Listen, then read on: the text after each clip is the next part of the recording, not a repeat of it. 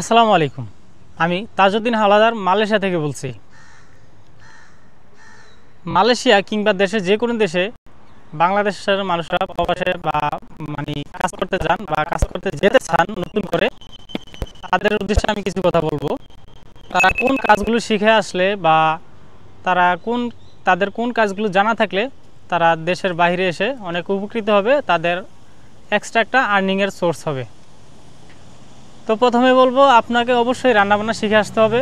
আপনি যদি রান্নাবান্না শিখে আসতে পারেন তাহলে আপনার এখান থেকে দেখা গেছে আপনার যেই রান্নাবান্নাগুলো আপনি খুব ইজিতেই করতে পারবেন।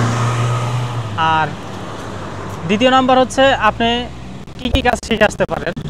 যেমন মোবাইল সার্ভিসিংয়ের কাজ যদি আপনি শিখে আসতে পারেন, এখানে আপনার কাজের পাশাপাশি কোনো দোকানে যদি আপনি কাজ করতে পারেন মোবাইল সার্ভিসিংয়ের, তাহলে সেখান থেকে আপনি কিন্তু ভালো একটা অ্যামাউন্ট আর্নিং করতে পারবেন। এক কথায়, আপনি পৃথিবীর যে কোনো জায়গায় থাকেন আপনার কিন্তু মোবাইল ফোন চালাতে হয়। তো সেক্ষেত্রে এটার চাহিদা বিশ্বের সব জায়গায় আছে। তো আপনার এটার কাজ যদি শেখা থাকে তাহলে আপনি বিশ্বের যে কোনো জায়গায় গিয়ে আপনি এই কাজটা করতে পারবেন, আপনার যেই কোম্পানির কাজ থাকুক বা যে কোনো কাজ থাকুক তার পাশাপাশি। 3 নম্বর বিষয়টা হচ্ছে, আপনি যদি চুল কাটা শিখে আসতে পারেন। আপনি যদি চুল কাটা শিখে আসতে পারেন তাহলে আপনার এখানে কিন্তু আপনার স্যালারি যত হয় তার থেকে দ্বিগুণও কিন্তু ইনকাম করা সম্ভব। কারণ আমাদের কিন্তু প্রতি মাসে একবার হলে চুল কাটতে হয়।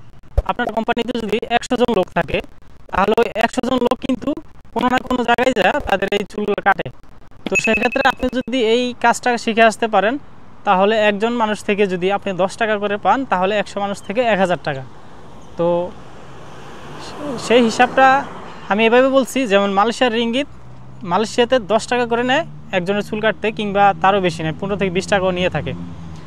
তো এরকম যদি আপনি কাজগুলো শিখে আসতে পারেন তাহলে আপনার যে বেসিক বেতন তার থেকেও দ্বিগুণও আপনার ইনকাম করা সম্ভব। তো আজকের ভিডিওটা এই পর্যন্ত। সবাই ভালো থাকবেন, সুস্থ থাকবেন। আল্লাহ হাফেজ।